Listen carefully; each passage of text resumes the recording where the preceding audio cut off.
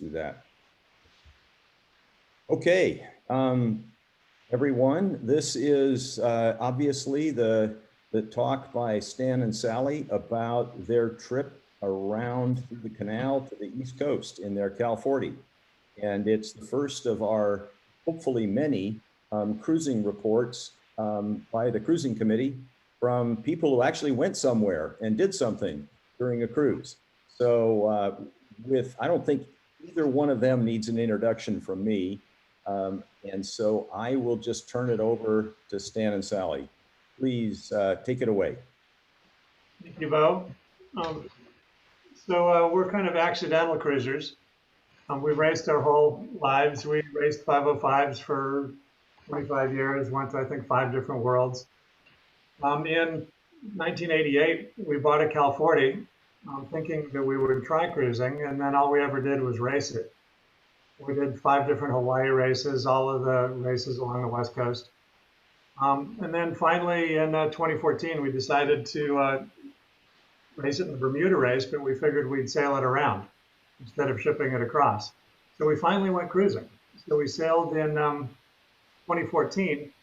We did a stop-go cruise where we would stop and leave the boat and then fly home and work and then go back, pick up the boat and take it further along. So we did a stop-go cruise from 2014 to 2020, right on around Newport, Rhode Island, where we were getting ready for the race, and then they canceled the race. We went cruising in Maine. So Sally is going to later on describe kind of our itinerary and highlights of the places we stopped. What I'm going to do is compare our trip to a similar trip that I made in 1975, and Bo was on board as well. Oh, come on. There we go. So the in 1974, basically what happened was I went off to college. My dad sensibly decided to sell the boat, given that all the kids were gone. I asked if I could borrow the boat for a year before he sold it. My dad agreed for reasons that still baffle me.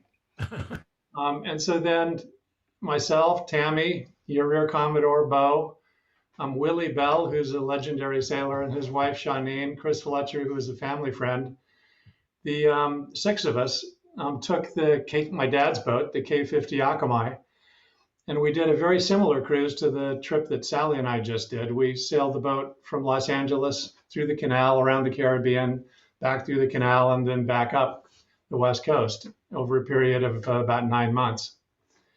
The boat was the wrong boat for it. K50s are very comfortable boats, but they're very fragile wooden boats. And it was a challenging trip in those days. This is in 1974. And I'll get into a little more detail of some of the differences, but the charts were terrible. Navigation was hard. The weather data was terrible. The very few cruisers, because cruising back then was challenging and difficult.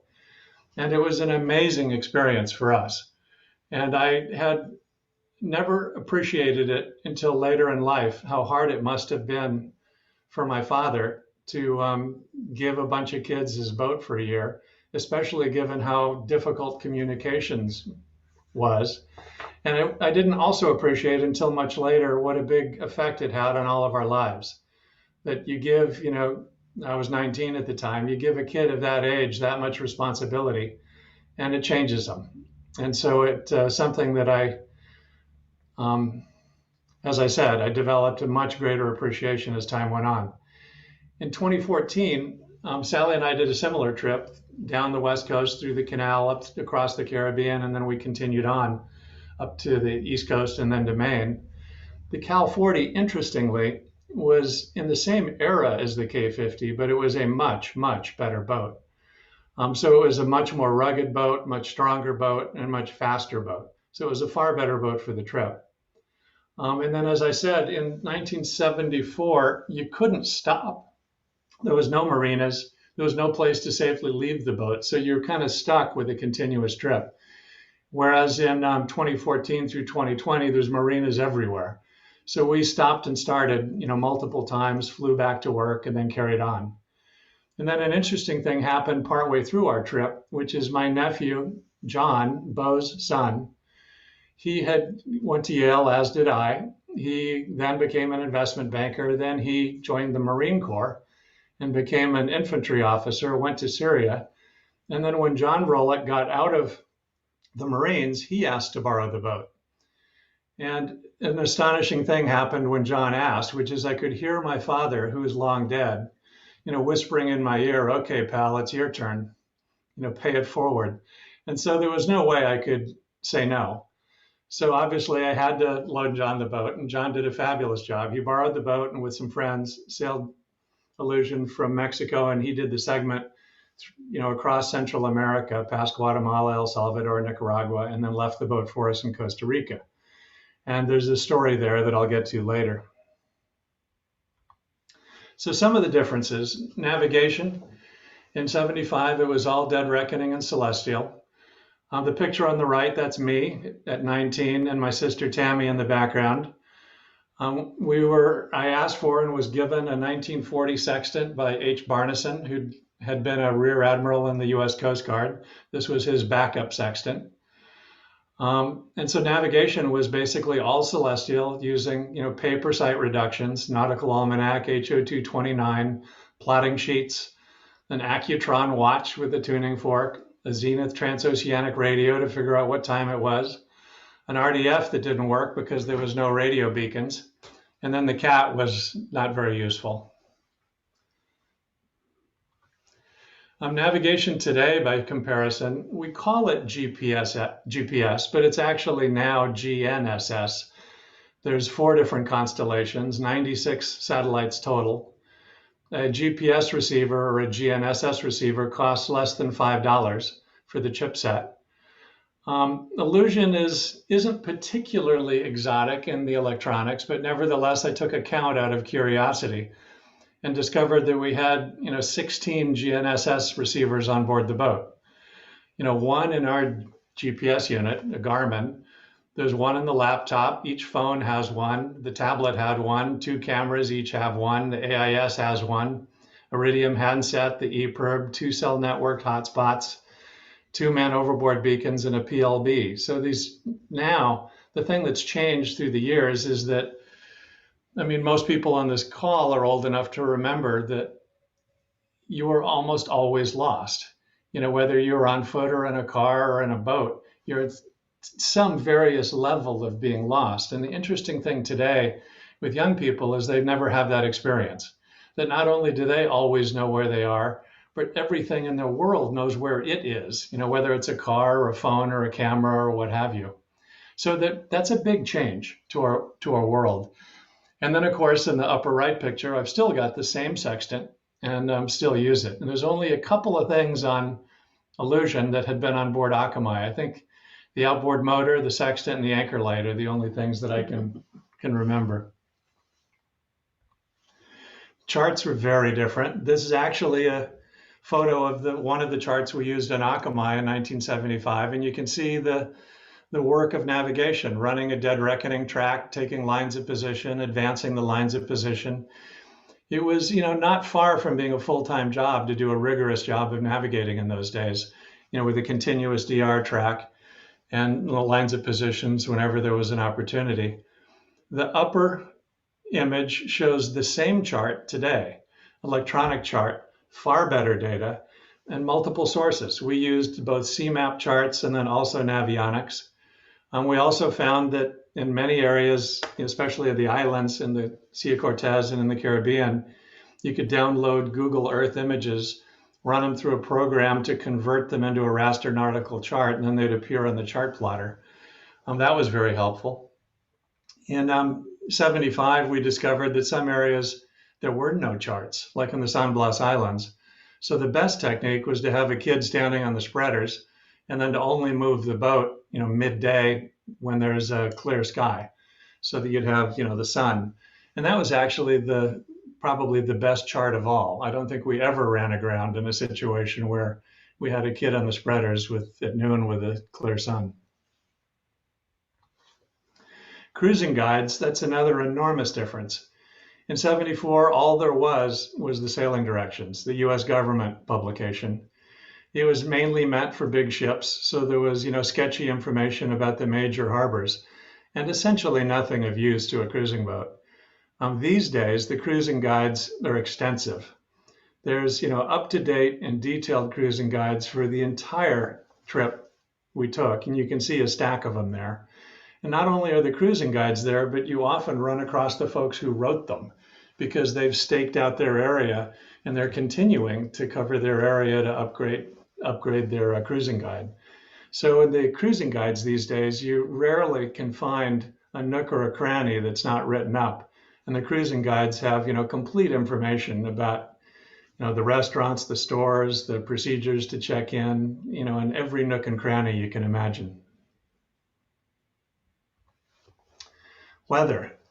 In 1975, weather was basically looking at the barometer, squinting at the sky. And we would receive the high seas forecasts, but the high seas forecasts were so general as to be essentially useless. Whereas today, I'm pretty good at the weather because that's sort of my second job as a professional navigator for ocean racing. So I know how to do it, but the quality of the data is extraordinary now. You get, high quality, mesoscale forecasts. And by mesoscale, I mean, digital forecasts that take the terrain effects into account.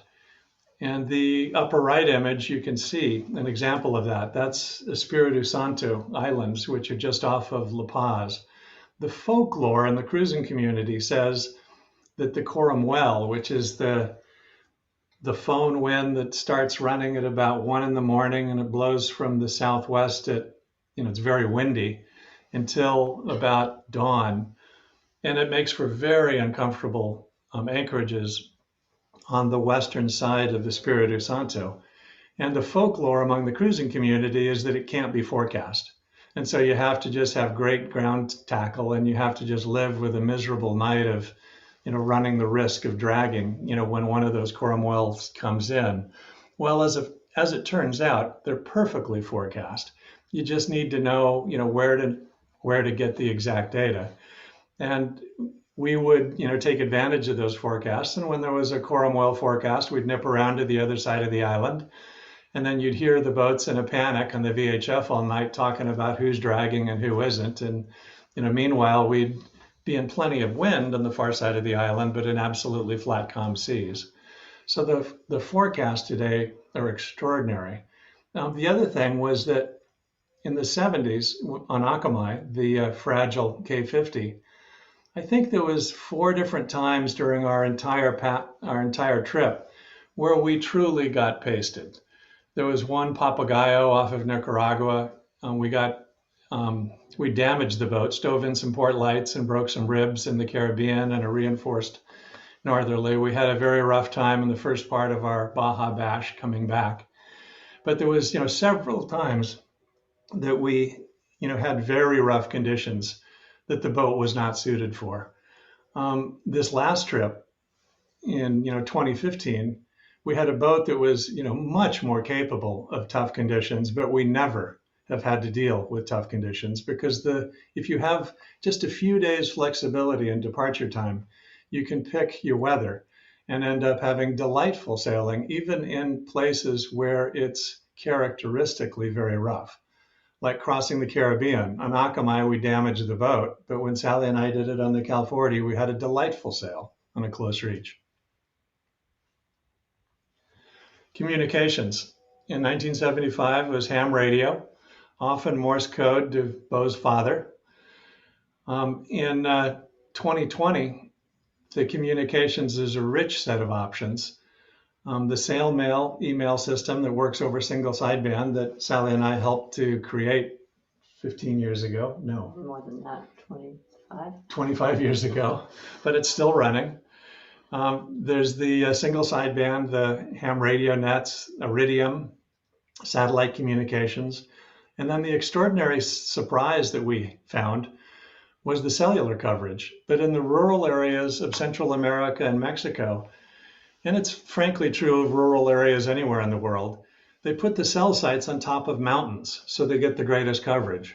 And so in any rural area, you get cellular coverage that goes 40, 50 miles out to sea if you put a hotspot up at the masthead.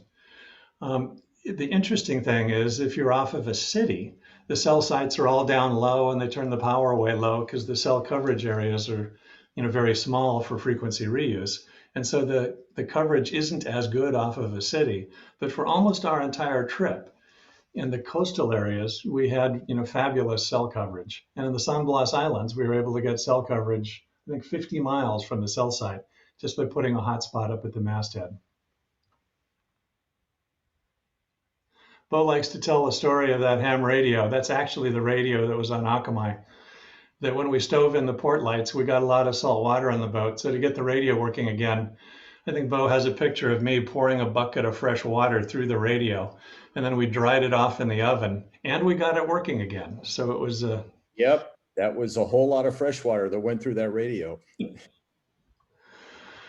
Marinas.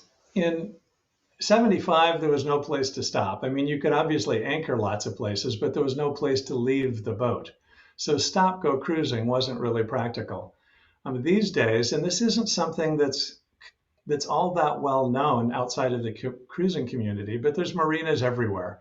And the marinas look just like the ones we're used to, with these pictures, floating docks, dock carts, shore power, fresh water, hoses on the dock, security, harbor masters, the whole 9 yards. The surprise is they're way cheaper than in the San Francisco Bay Area. And so the interesting thing is that you might as well move your boat around because there's safe places to leave it everywhere. And you end up saving money relative to keeping a boat in the slip in the San Francisco Bay Area because the marinas are cheaper. And then, this is sort of prior to COVID, but the travel was even cheap, for the stop go part. The airplane rides were cheap and the land transportation to the airports were cheap. So it really is an interesting option to move a boat around because it's going to be sitting in a marina somewhere. You might as well have the scenery change. These particular pictures, there weren't any marinas in 75, so there's no photos of them, obviously. But Illusion in that lower left photo and in the lower right photo, that's in her mode where we're about to leave her, where we have a sunshade that pulls tight to the top of the lifelines just to keep the sun off the boat in the tropics when there's nobody aboard. But then when we are aboard, we put collapsible aluminum tubes in that sunshade, and then we have sort of an African Queen mode where that sunshade turns into an awning. And you can see that in the center photo and the upper right photo. And so that's where we can live under the sunshade. But it's the same actual fabric. We just run it in 2 different ways. Medical clinics are prevalent and clean and cheap and unofficious and in fact, very good. Lots of folks go to Mexico for sort of what they call it medical tourism to get operations done more cheaply. But we had great luck. I had to get an infection operated on in my back, and it was a terrific experience. The land transportation can be hilarious. You can see the bus in the upper right. These buses are informal. They're extremely cheap, lots of fun, infinite capacity, meaning everybody that's along the side of the road gets picked up, and they get more and more fun as they get more crowded, particularly if people with livestock and chickens start to come on board. But everybody on the bus is just having a wonderful time. It's quite the party on board these buses. Security, we had 0 problems, but we were sensible about things. And our boat, it's a very nice boat, but it's not particularly flashy by comparison to a lot of cruising boats. And we had a very frumpy dinghy. In fact, frankly, this is an Avon Redcrest with a 1.5 horsepower outboard. So we had a dinghy that no Central American kid would be caught dead in. So we had, and that's frankly the largest security problem that a lot of cruisers have is that their dinghies get swiped. And in our case, we were smart about it, but it wasn't actually a big risk because, as I said, there's no Central American kid that'd want to be seen in our dinghy. We never ran across any corruption, any theft, any threats. We did have a problem in Costa Rica. And I'll describe that problem, but that problem wasn't due to a crooked official. It was due to in my view, an overly ambitious official who was trying to show off to his supervisors. So in Costa Rica, what happened is that my nephew, John, took the boat from Mexico into Costa Rica and then filled out the input permit that said that only the person signing the input permit could operate the boat. So then John left the boat in Punta Arenas and flew home. So then Sally and I went and we picked up the boat in Punta Arenas and then sailed the boat on to Golfito.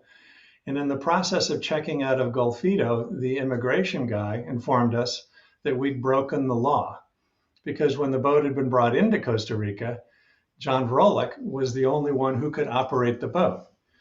Well, I pointed out that it was my boat. There wasn't even any loans on it. I owned the boat 100%, and here's my passport, and here's the document. And are they telling me I can't operate my boat? And they said, exactly. And not only that, they told me that I couldn't even bring John Vrolick back to sail the boat out because I'd already broken the law, having moved the boat from Punta Arenas to Golfito. So they were in the process of telling us that we were going to have to pay to have the boat impounded, and it was going to take 6 months to get this case in front of the magistrate in the capital, San Jose, and that we weren't going to have access to our boat for 6 months, and there was nothing we could do about it. So we hired actually an American attorney that we found in Costa Rica. And the American attorney told us, well, here's the deal. You will win this court case because Costa Rica does recognize personal property and you do own the boat. So you will win, but it's going to take 6 months. You're going to lose the season. It's going to be expensive. You're going to have to pay for the storage. And then he went on to say, but what we recommend is that you just leave. Just take the boat and go. And he said, don't check out, don't go through immigration, don't get departure papers, don't get a Zarpy, just leave. And he said, when you enter Panama, you're going to have, a paperwork problem. But he said, frankly, Panama is now a first world country. And so they can deal with it and they'll understand the problem. Just explain what happened. So his advice was just leave, but don't get caught, because he said things will go bad for you if you get caught. So this was as nervous as I think I've ever seen Sally be. But we were, there we were at night and we're waiting for the moon to set, and we had our night scope out and we were timing the night watchman, and he knew when he did his rounds, and he just turned on his TV, and we sort of pushed the boat out into the harbor and start the engine and motor away without any running lights and obviously without AIS. And as quietly as we can, motor at low speed out through the harbor, out, set sail, and sail to Panama. And we didn't get caught. So that's when you have to steal your own boat. And then in Panama, we hired before we'd gone through the canal doing our own paperwork, but at the recommendation of our Costa Rican attorney, we hired an agent in Panama who straightened out our paperwork. And I think it was only a couple $100 to get our paperwork sorted out in Panama to deal with the fact that we didn't have a Zarpy from Costa Rica. The Panama Canal. There's a book, Pathway Between the Seas, which is absolutely fabulous. And it was really fun to have read that book just before we did our trip through the canal. But the picture on the left, that's a picture of a remnant of the original French canal that was built in the 1880s. And this is a segment of the French canal that was not where the American canal, took a different path. So they just left the French canal the way the French had left it. And frankly, it looked like a drainage ditch, compared to the real canal. But it was fascinating to find it when we read the history. The picture second from the left is the canal in 1975, and that's on Akamai. The picture in the lower right, those are the two original sets of locks, one going each way in the foreground. And in the background of the picture of the lower right, you can see one of the big ships going through the new large set of locks. And that new large set of locks was put in, I think, over the last 20 years. No, definitely didn't, right? And then the picture in the upper right, that's actually off of the web camera that was in the canal area, but that's Illusion, the little white boat with the sunshade. Not the blue one. Yeah, not the blue one, but that's Illusion, tootling along, following the ship, out through the canal. We had Carrie Deaver join us and Tom and Sylvia join us. So we flew 3 people down to help us with the lines. And then the guy that helped us set up the original sail mail station in Panama, who's an engineer with the canal, he joined us as a line handler. And it was fabulous to have an engineer who'd been involved in designing the extra large locks go through the canal with us and tell us all the stories. But he told us the story that when the US ran the canal before it was given back to the Panamanians, the US ran it as a break even, and they ran it perfectly, but they ran it as a break even in part, I think, out of guilt of having, created a revolution in Colombia to get the canal zone property. But the Panamanians don't have any sort of misguided notions of guilt. And so they run the canal, they run it perfectly. They run it like a Swiss watch, but they charge sensibly for it, meaning they charge each ship a price that sort of got a notion of the opportunity cost or the alternative cost of going around the Horn. But the biggest ship, like in the background of the lower right photo, the biggest ship, they pay $1 million for every passage through the canal. And then the country of Panama clears $1 billion in profit in the running of the canal. And in the Panamanians that we ran across, they all say that the most sought after job for the best and the brightest kids coming out of university is to work for the canal. And they really do a nice job of running it. Illusion, it cost us $750, plus the couple $100 to get our paperwork sorted out from Costa Rica. And then we heard that a swimmer swam through it for 36 cents. So the cost of going through the canal is a function of the displacement. This was something I was interested in because I did some work on submarines for a while when I was at SRI, and I got a ride on a sub. So I've been interested in subs, and I'd heard about this submarine, but it was just fascinating to see it. But it's a submarine. It's on the beach in the Las Perlas Islands on the Pacific side of Panama. When I looked at it, it was puzzling because it looked like a modern submarine layout, with a conning tower and a pressure hull and an outer hull, and but yet it was made of riveted iron. So it was made with Civil War era technology. And we looked it up, and it turns out it was a purling submarine, but it was really fun to see it. And the thing that was fascinating to me was we've all been in museums and seen, Civil War era stuff, but it was really fun to see something from that era that wasn't in a museum, that had just been sitting there ever since. So this sub had been on the beach there since, I think, 1870. So it was a fascinating opportunity to get a look at it. The boat's now in Maine. I think Maine has more cruising spots within 1 square mile than most of the whole Pacific coast of California does. It's just incredibly rich with fabulous little coves.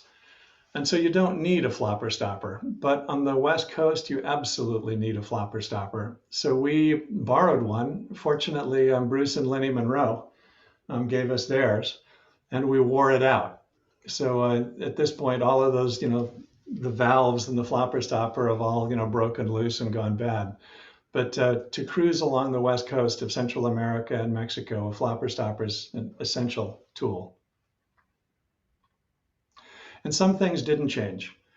The Sea of Cortez is as unimproved as it was in the mid-70s. Just, palapas here and there and sleepy Mexican fishing villages and friendly, inquisitive kids. And you can buy a, Pacific Snapper for 2 AA batteries and trade. The Kuna Indians in the San Blas Islands are exactly the same as they were before, except for nowadays, they come alongside in their dugout canoe and they'll hand you a cell phone and ask you to charge it for them. We didn't see that in the 70s, but other than that, the Kuna Indians and the Islanders and their sort of fierce independence, but being totally friendly was exactly the same. The one thing that was very different was plastic. I don't recall having seen any plastics on the beaches in the mid 70s. And in most recently in the San Blas Islands, the beaches are just covered with plastic. It was really discouraging. But the Indians, it was interesting. The plastic appears to be invisible to them. They just ignore it. And I guess that's what you'd have to do in that situation. But to us, it was just frightening to see how much plastic was on the beaches. So Sally? Okay, so I'm going to try to cover 6 years of cruising in 15 minutes, 20 minutes? We'll see how well I do. So as Stan said, we bought the boat in 1988 as a cruising boat, and it took us a long time to actually get to cruising. We actually did spend 2 seasons in the Pacific Northwest after the 1996 Pacific Cup. And there we learned that it really is helpful to have a Dodger, and it's helpful to have a windlass for and some chain for anchors, and it's helpful to have a water maker. And so we learned a lot in our time up there. But then we came back and continued racing until in 2014 we decided, okay, this is when we have to get going. And so we did a shakedown cruise around the bay, went to a number of the areas that you are all familiar with, got things worked out in the boat, went to San Francisco Boat Works and got our old 50-year-old boat all shiny and new, and then headed out the gate and turned left in July of 2014. So this is the red lines are where we went. So we went down the coast of California up into the Sea of Cortez. We ended up spending 2 years there, 2 seasons there, because we fell in love with it and couldn't get out. And then we went on down the coast of Mexico and Guatemala, through the Panama Canal, up through the Caribbean, up to Key West. We went outside to Charleston, and then got into the Intracoastal Waterway, and I'll talk more about that, and then on up to Maine. So it was a total of 9,500 miles in 6 years.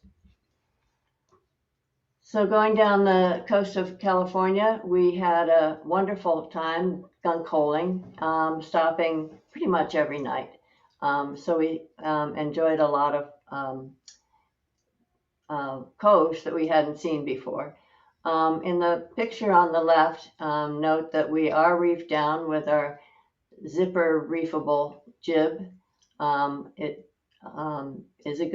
worked very well for us, because not only could we change down to a reefed sail easily on the foredeck, but it also saved us from having more sails down below. So we had that hanked on jibs the whole life of the boat until last season, when we changed to roller furling, which was a whole new thing. Then farther down the coast of Baja, on the outside coast, we ended up racing with another boat that we happened to run into that was sailing down the coast with us. It was a 50-foot boat that we had a really nice sail overnight with them, and we ended up beating them, even though they were bigger than we were. But we had a wonderful sail down the coast of California. Baja went up into the it's the wrong slide. We went up into the Sea of Cortez and had a beautiful time there. Sorry, this is a different slide than I thought I was going to get to. We went all the way up to the north end of the Sea of Cortez into Santa Rosalia, which was an old town that the French had used for copper mining. and it had kind of gone derelict, but then it was kind of resurrected, and they have now they're still mining up there, and the town itself is very vibrant. It was had a lot of good people around, looking very very well off, in spite of the fact that the Hurricane Odile went through and created some problems with boats that are still capsized, and some of the infrastructure was still being replaced. The next thing we did was we went down out of the Sea of Cortez over toward Banderas Bay, and we one of our favorite places to stop was in the Isla Isabel, which is just off Banderas Bay. They call it the Galapagos of the West Coast. It has wonderful frigate birds, iguanas, and the blue-footed boobies, which are very interesting. There was a research group from the University of Mexico that was studying the habits of the boobies. Apparently, the parents do much better when they're different ages. So if the female is older than the male, the chicks come out better. And the researchers have discovered this because they would swap the chicks from one nest to another. And so they decided it was not an inherited trait, but it was a learned trait. It was interesting. From there, we went on south to Costa Rica. Stan has told you about our Costa Rica trip. And then we went on south to Panama to the submarine, and that is just southwest of the Panama Canal. So we had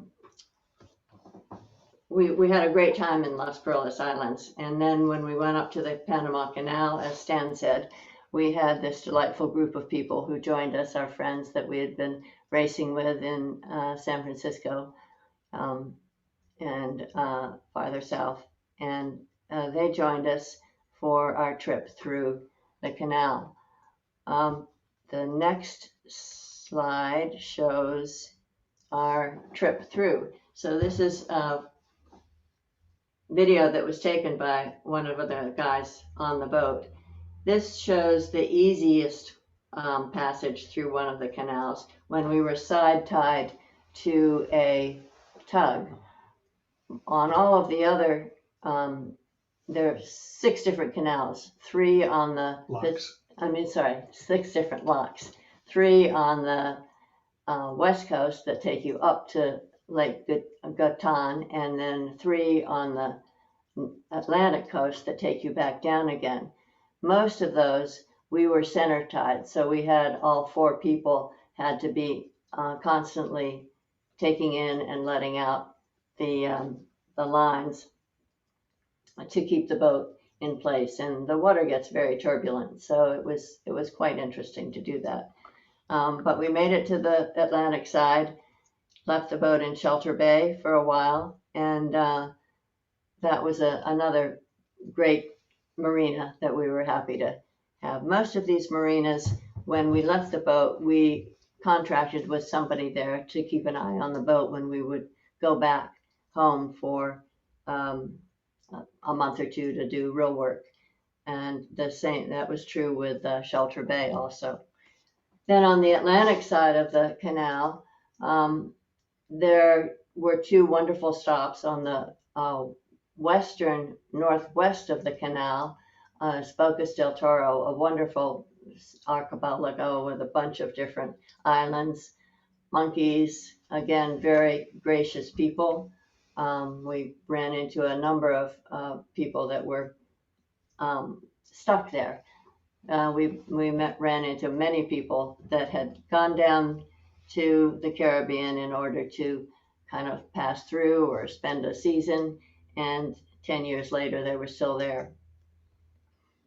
The next season we went to the San Blas. It was gorgeous.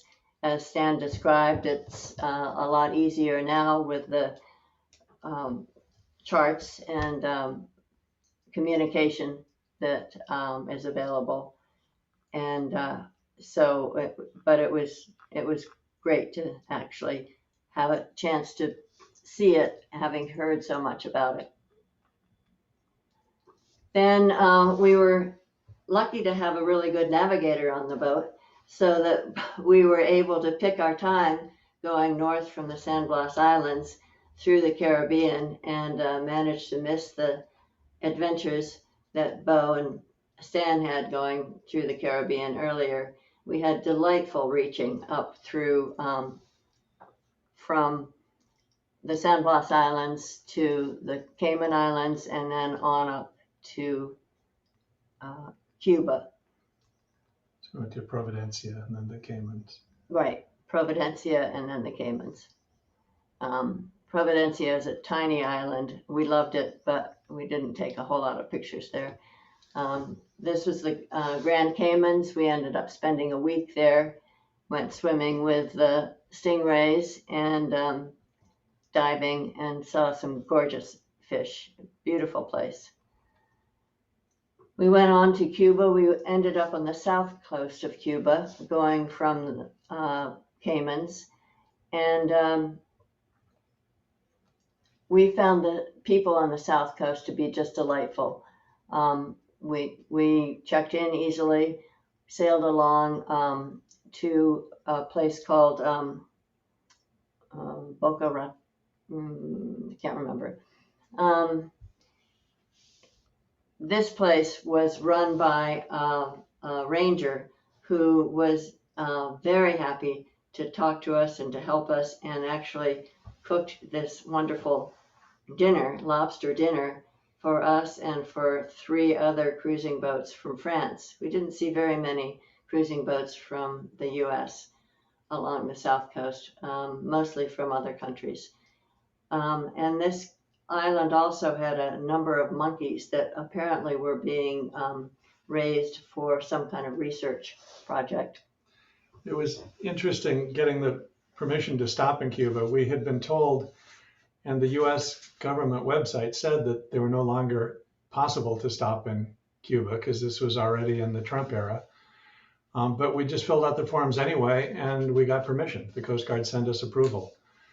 So we were pleasantly surprised. And so we got permission to stop in Cuba. And then from the Cuban standpoint, if you're on the south coast, you can go ashore anywhere and do anything. If you're on the north coast, you can only go into certain marinas. So we spent our time on the south coast, and it was just spectacular.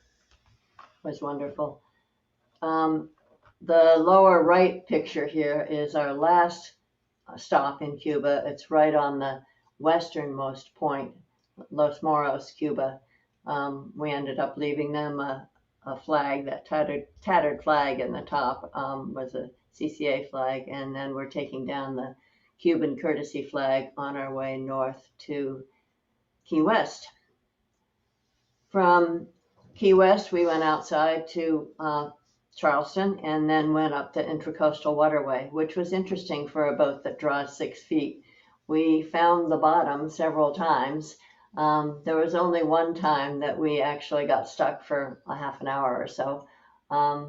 Fortunately, the bottom is very sandy, and so we were able to get off, even though it was touch and go every once in a while. And for a professional navigator, my lifetime score of having run aground went up by a factor of 10. So then from the Intracoastal Waterway in Norfolk, again, Bo's son, our nephew John, joined us to sail outside up to New Jersey, and we stopped in Perth Amboy to see some friends. And then we were, from Perth Amboy, we headed toward New York and the East River, and had a delightful time anchored right next to the Statue of Liberty overnight. It was a perfect anchorage. We went on up through the East River, which has its currents, as I'm sure you know, but we managed to hit the tides at the right time, and went on to Larchmont Yacht Club, which is just east of the East River. And the upper right picture is a picture of me we discovered there was a half model of a Cal 40 in the yacht club. And when we got closer, we realized it was named Illusion, and it was actually our boat. So it was Bus Mossbacher was a member of Larchmont Yacht Club and owned the boat originally. And so that half model has been there ever since the boat was new. We had no idea we would find it there. And there's similarly a half model of our boat, the Cal 40 Illusion, in New York Yacht Club. Right. New York. So it was but this was a particularly spooky because the lights were off and we're wandering around the club and we see this Cal 40 half model, walk up to it, and we're stunned to discover it said Illusion. So then we went on to Block Island. Rich DeMoulin made us very welcome there. And from Block Island, we went on up to Point Judith and to Narragansett Bay and New England Boat. And this was at the September of 2019 when we were all excited about doing the Bermuda Race. So we had the boat in New England Boat for the winter, took all the cruising gear off, had a beautiful bottom put on, had all the preparations set up for the Bermuda Race last year. And then, of course, they canceled it because of the COVID. But it turned out that we came up with another option. So in 2020, we relaunched the boat and decided to head to Maine. So from Newport, Rhode Island, we went to Cutty Hunk, had a delightful time with their raw bar where they bring food out to you, out to your boat. You just order it over the radio and they bring you all these delicious fish dishes out to the boat. And then we went on from there to through the Cape Cod Canal and up to Provincetown. And from Provincetown, we sailed overnight up to Portland, Maine. And we found Maine to be just an amazing respite from the virus. They had like 8 cases of the virus in the whole state. And even though they were being very careful, everybody wore masks. And every restaurant we went to, they took our phone number for contact tracing. But it was just a wonderful place to be for the whole of last summer. Beautiful green, wonderfhl boats.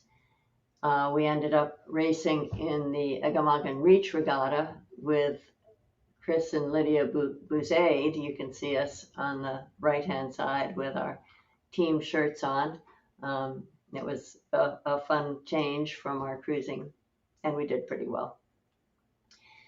The Maine in general is just a fabulous place. Beautiful sunsets, really very gracious people, very welcoming. We had a couple of encounters with some notices that tickled our fancy, with the gentlemen only and the no dogs in the showers, please. But all in with great good humor. We again had a huge number of people helping us out, offering us places to stay. It was overwhelming. Stafford Keegan was one of them. We stayed at his place on Little Cranberry Island, just south of Mount Desert, with Liz Bayless and Todd Hadeen. And that was just one of like 30 different places that we were invited to stay and spend time with people. We went on all the way to Roke Island, which is pretty much as far east as you can get in Maine. Gorgeous, lived up to its reputation with the wonderful beach and gorgeous sunsets. And Again, really nice people. More hospitality on the way back. So from Roke Island, we headed back west again. Stayed in Pretty Marsh and stopped at Buckle Island. It was a really fun place with the door on the right, the green door that you can see that kind of opens up into, well, nothing. And little tiny ferry house in the upper left corner. The island was full of all kinds of surprises like that, and gorgeous and beautiful anchorage. In August of last year, we were back at Mount Desert Island, stopped at Bar Harbor for a while, took some tours of the island, and then just before we got to Camden, we stopped in Islesboro. That was our last stop before we went back to Camden to pull the boat out of the water and leave it for winter storage. So that's where she is now, getting ready for us to go back in a couple of weeks to sail back to Maine again.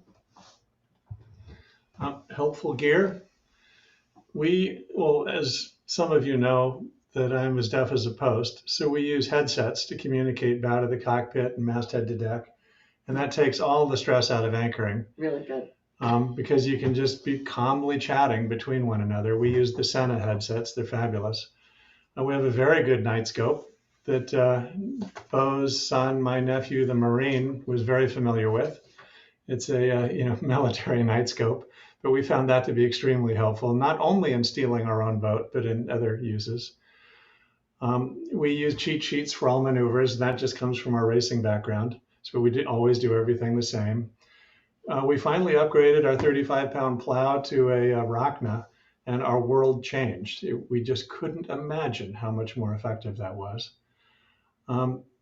Oddly, after decades of owning the boat, we eventually went to roller furling jibs, and we did so because we were racing the Bermuda Race very seriously.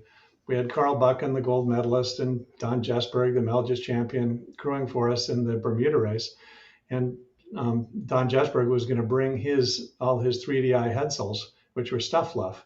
So we had to go to a luff groove headstay. So we ended up going to a convertible luff groove headstay. So at the end of the day, we ended up converting to roller furling. It's easier, it turns out. Yeah, who knew? The other thing we do that's a little different from the cruising community is we store everything below deck. So even though it's a Cal 40 and it was a 1962 design, cruising community looks at us and they think we're a racer because we don't have all this stuff on deck. And so we don't have a radar arch, and we don't have fenders and barbecues and solar panels and outboard motors and propane tanks and all the other stuff on deck. So everything is down below. But there's only two of us in the boat, so there's enough room. And then amazingly, that allows us to go upwind. And so a lot of the cruisers wonder, why we're happy to go upwind in 25 or 30 knots and why the boat performs so well upwind in that much breeze. But the answer is pretty much clear at a glance that we don't have a lot of windage. The flapper stopper is critical. Headlamps, got to find the ones that start in red mode, not just have red mode. And then the color printer turns out to be essential because it takes infinite copies of everything for the officials in Central America. So that hasn't changed. That's it.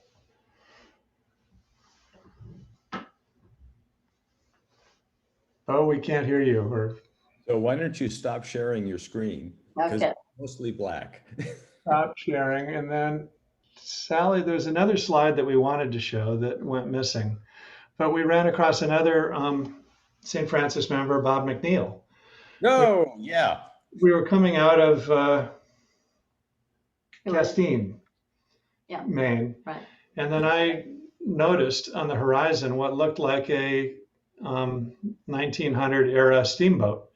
And so just on a hunch, because I grew up with Bob McNeil, as did Bo, I sent an email to a many decades old email address for Bob McNeil asking if that was his steamboat, and got an email back from Bob within minutes, Right inviting us over. So we went over there and we picked up a mooring at Bob's house and got a tour of his steamboat and got a tour of his 1910 Herreshoff P boat, P class, yeah. Joyant. And then Bob asked us to join he and his family for dinner that night. And we didn't know it, but we just crashed his birthday.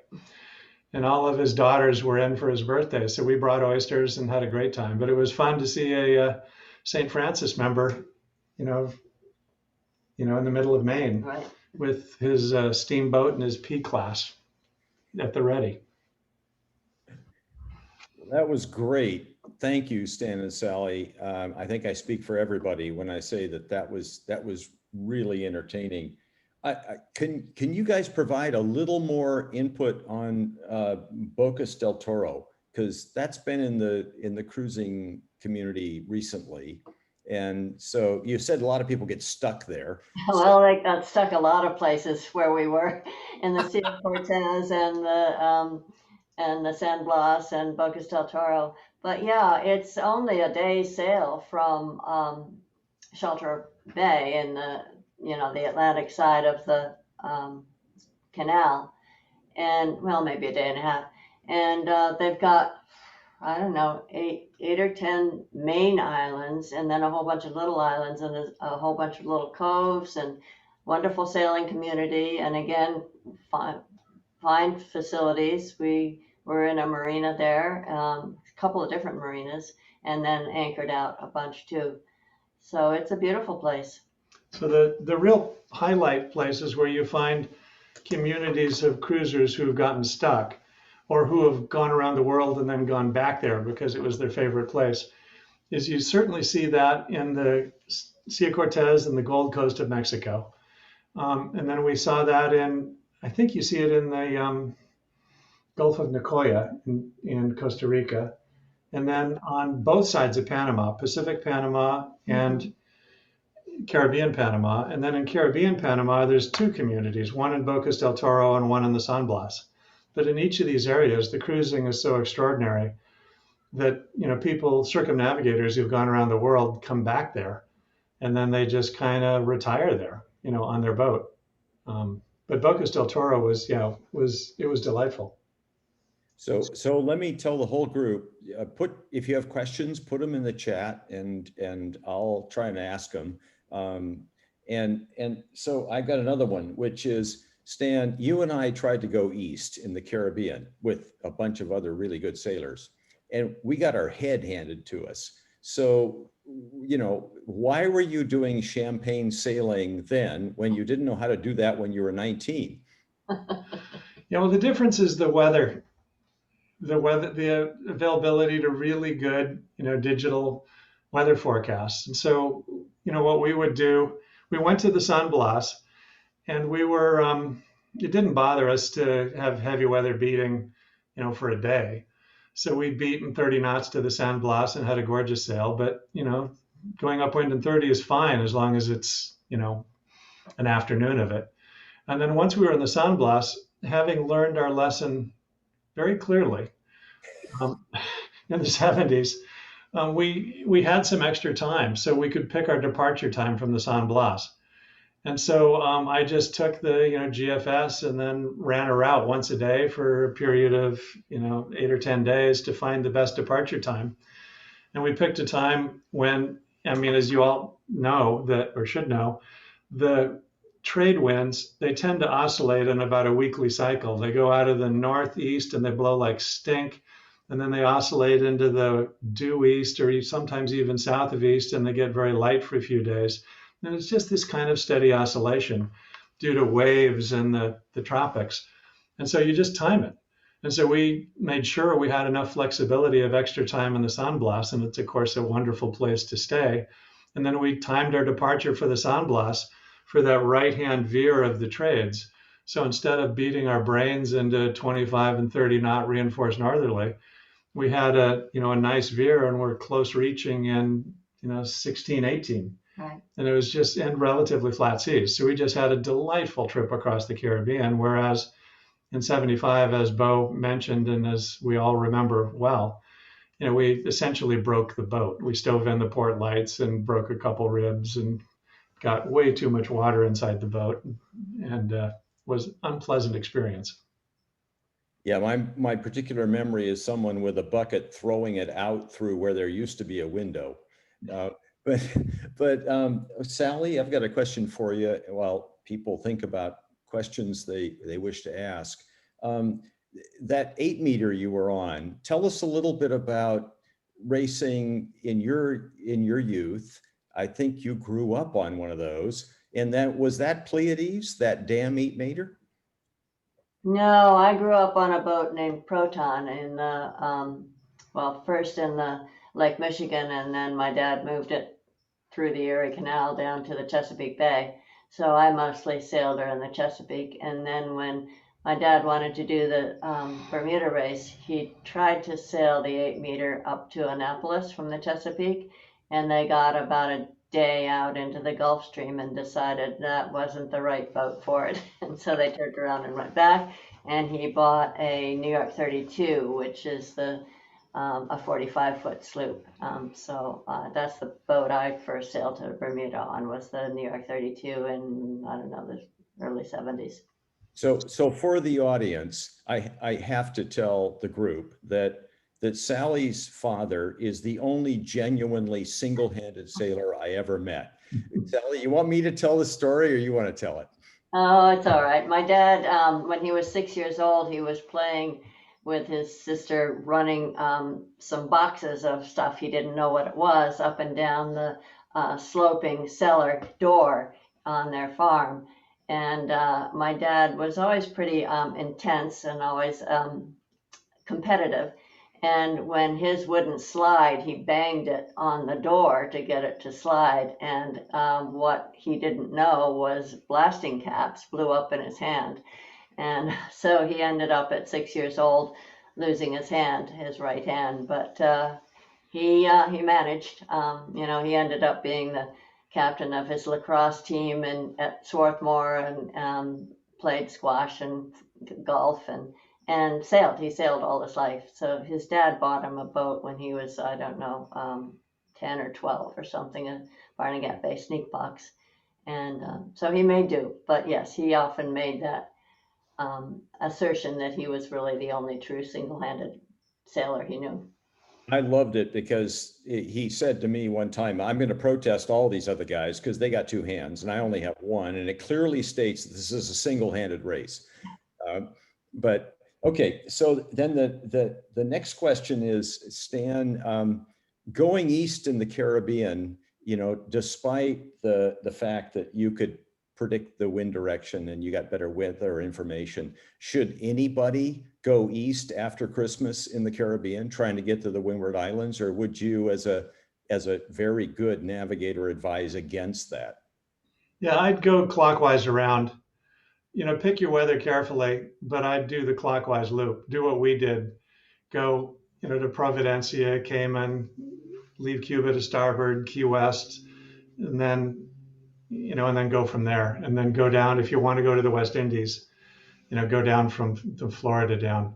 But I think trying to go along the north coast of South America in the winter, you can pick your weather for bits and pieces, but it's a long trip, and so you're not going to be able to pick your weather for all of it. So I think that'd be a trip that you wouldn't want to try to do.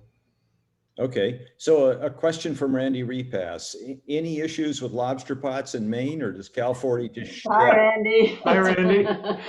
Sally Christine. The Cal 40, the propeller is tucked up right on the trailing edge of the keel.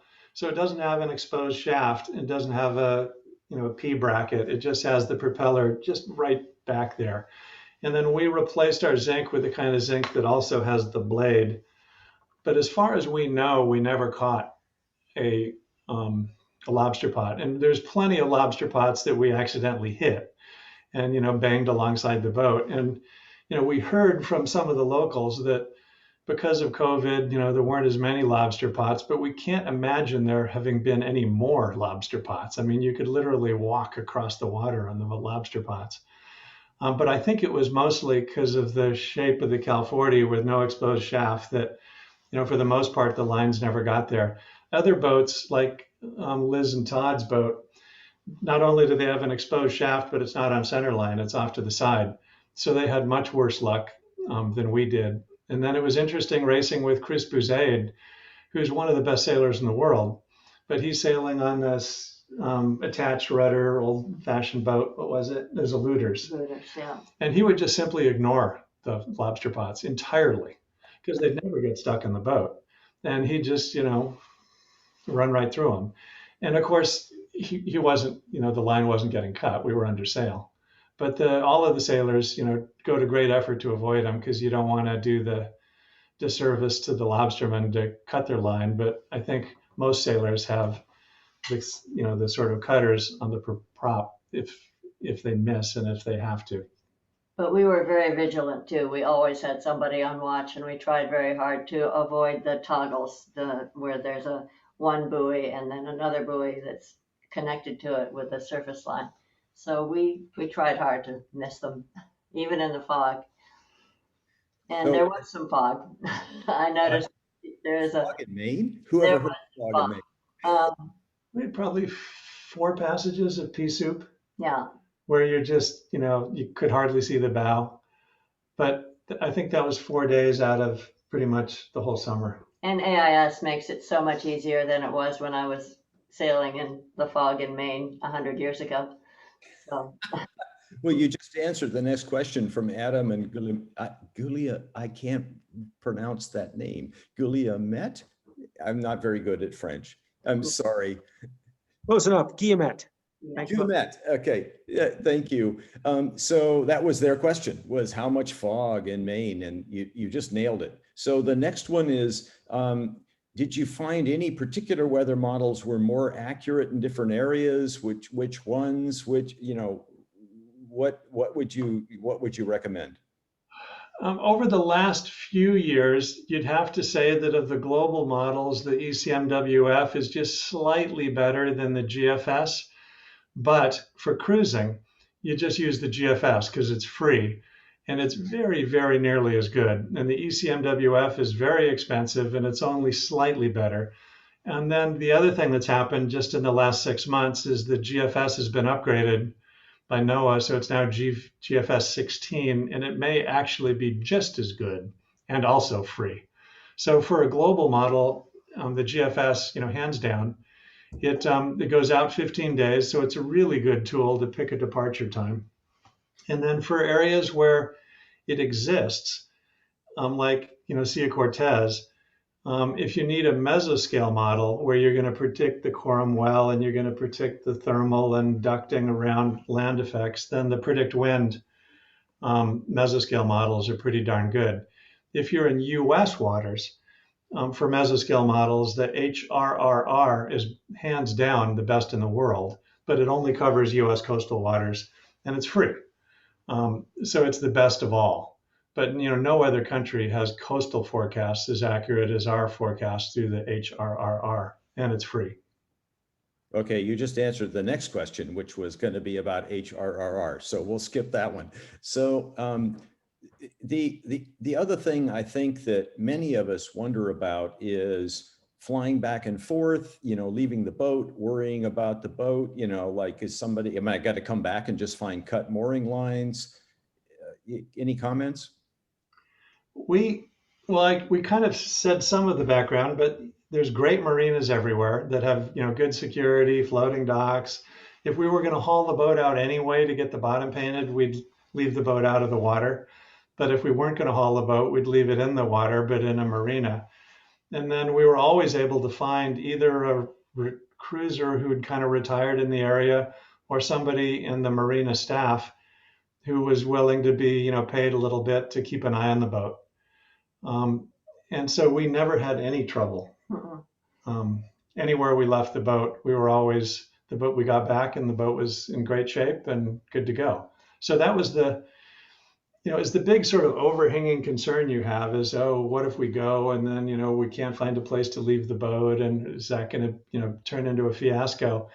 And as it happened, even if I had unexpected business trips and we only had, 10 days notice, we could always find a place we were perfectly comfortable leaving the boat and could fly home. Okay. Well, we've run out of questions. Nobody's posted any. I, I would just say thank you. Thank you very much for giving us this much time and this much advice. And as always, it's invaluable. So oh, wait a minute. Randy's got another question. Leaving the boat out of water versus hauling it out of the water or leaving it in the water. Wow, that's a really good question, as I would expect from Randy. The trade-offs are, ultimately leaving it out of the water is probably safest. But the boat gets really hot if you're in Central America.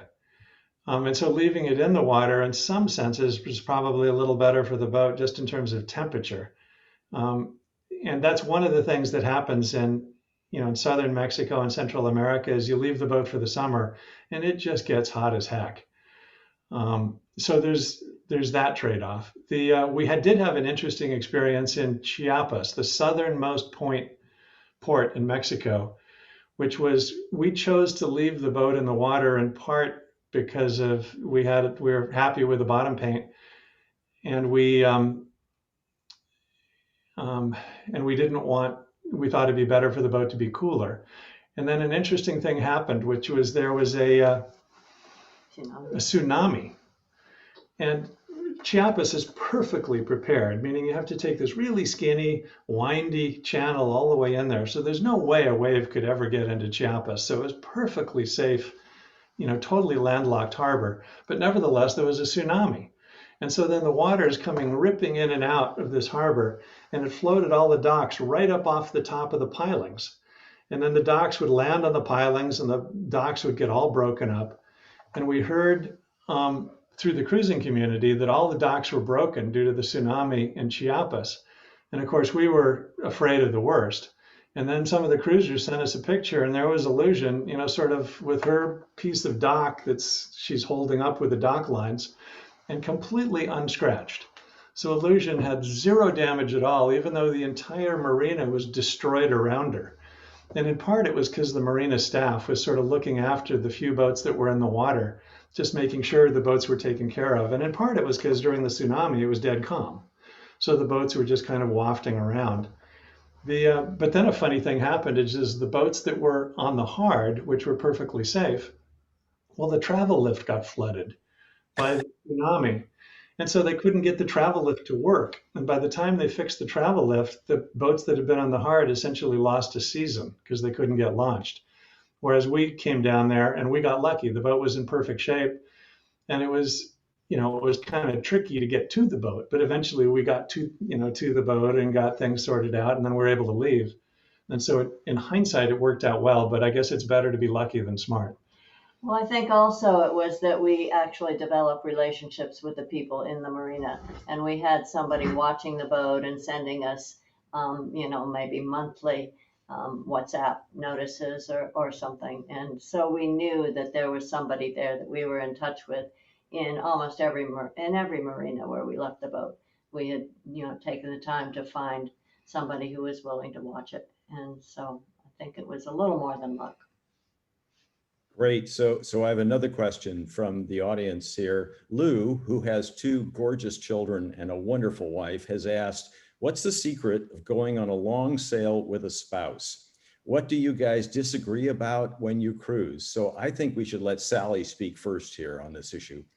I think the secret is having spent 20 years racing a two-person trapeze dinghy in all around the world, and having figured out all of the issues with being on the boat and who does what and who's in charge and how you get along with the communication. Because I think most of the issues probably develop from communication between the two people.